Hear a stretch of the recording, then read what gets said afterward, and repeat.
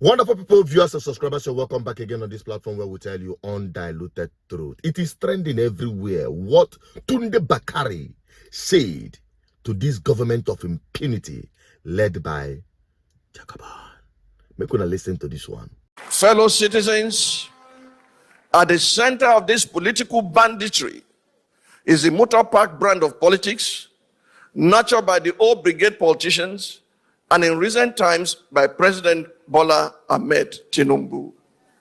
Mr. President, it is through your influence that the Nigerian National Assembly has become a haven for legislative rascality. Mr. President, it's under your watch that the National Assembly has become an extension of the executive, grossly violating the principles of separation of powers and rubber stamping the whims and caprices of your office, all while singing the international anthem of sycophants on your mandate, we shall stand. Mr. President, thanks to your political machinations, Nigeria is now bedeviled by a captured National Assembly, the most ineffective in its checks and balances role since the start of the Fourth Republic. In 2006, the Fourth National Assembly had the audacity to reject the tenure extension bid of a sitting president. In 2010, the Sixth National Assembly summoned the courage to stand against the power hijacking cabal and restore Nigeria to the path of constitutionality by invoking the doctrine of necessity. In 2011, the House of Representatives of the Seventh National Assembly had the courage to elect its leaders, as did the Senate of the Eighth National Assembly in 2015, defying executive interference. This National Assembly, the 10th, has by its unconstitutional endorsement of the president's abuse of powers proven to be the most spineless in our recent history.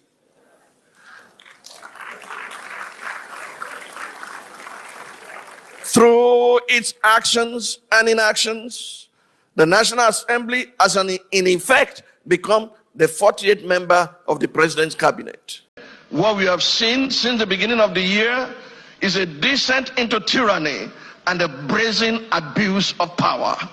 Those entrusted with power appear determined to destabilize what is left of our political institutions and have committed themselves to obliterating the guardrails of constitutional governance. From the theater of the absurd, staged in Rivers State, with puppets on strings controlled by directors in Abuja, to the dance of shame performed by the National Assembly in their rush to suspend the Constitution and endorse through the back door the usurpation of powers by President Bola Ahmed Tinubu, from the Senate shameless bid to silence Senator Natasha Akpoti-Uduaghan for demanding that the President of the Nigerian Senate should uphold the moral standard required of that office, to the uncouth outbursts of an undistinguished senatorial misfit who tried in vain to silence the distinguished citizens attempting to testify on behalf of Senator Akpoti-Uduaghan. It is clear that our so-called leaders are determined to turn Nigeria into a mafia state. While a cabinet minister by the name of Wike, is it Wike or Wike or Wakeep?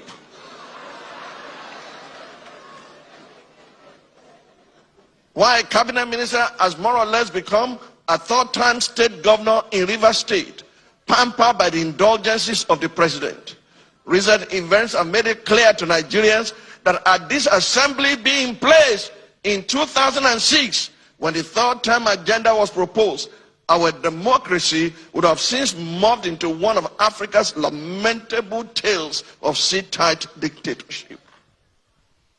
To the president of the Nigerian Senate, who has not heeded the call to subject himself to an unbiased investigation, to clear his name of the allegations leveled against him, and under whose leadership the National Assembly has become a carry-go legislature, hiding under the umbrella of technicalities and a dubious voice voting system.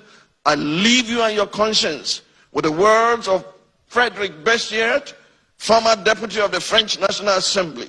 He said, and I quote, "When plunder becomes a way of life for a group of men in a society, over the course of time, they create for themselves a legal system that authorizes it and a moral code that glorifies it."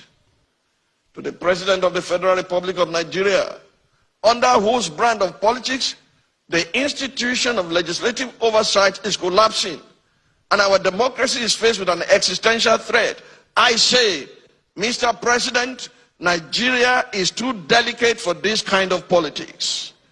If this state capture was what you meant by a Milokan, it is an anticlimax that can only be counterproductive at the end.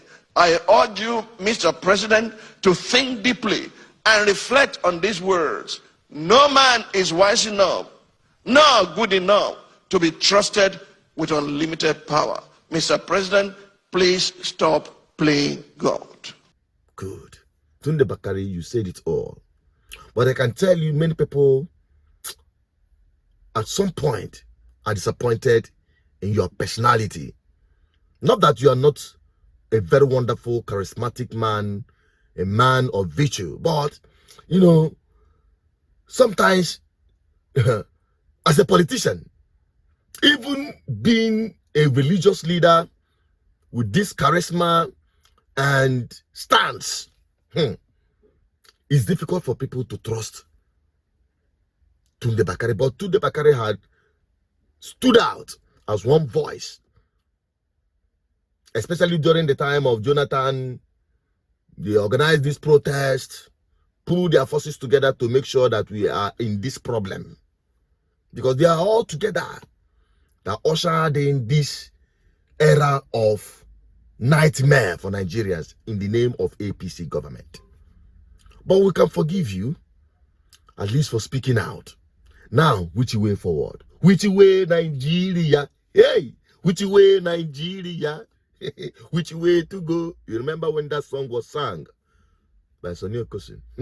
When Nigeria was still on the express road, which way? Now there is no way at all. Nigeria is in the middle of nowhere. But we are still asking, which way? How would Nigerians afford to get themselves out of this shit they plunged themselves into in the name of APC? Let the power brokers, because I was sitting at one place and people are making this argument and saying that it is not possible to win Tinubu come 2027. Well, the only answer to that, I said to them that all the power brokers in Nigeria, the principalities and powers that gathered together and ushered Nigeria into the hands of APC should all gather together. If they know how they did it, let them gather together again and plunge Nigeria out of it. And they have only one option. And you know the option. I'm not going to mention it. There is only one man Nigerian people can trust. Outside that, forget it. If they not like, let them say, if they allow Tinubu to go for 2027, they will have a chance of returning power back to the north after 4 years. That is your business. But if you allow Tinubu to remain there, only God knows what will become of you guys before the next 4 years. Well, let me just keep it at this and have your opinion on the comment section. What do you think about this whole thing happening in Nigeria? Even do you think that the forces that be, the power brokers in Nigeria, will be able to force Tinubu out of power? The discussion will continue on the comment section. I still remain Suchino Peters, your advocate for good governance. Help me share this video to everyone. Bye-bye for now.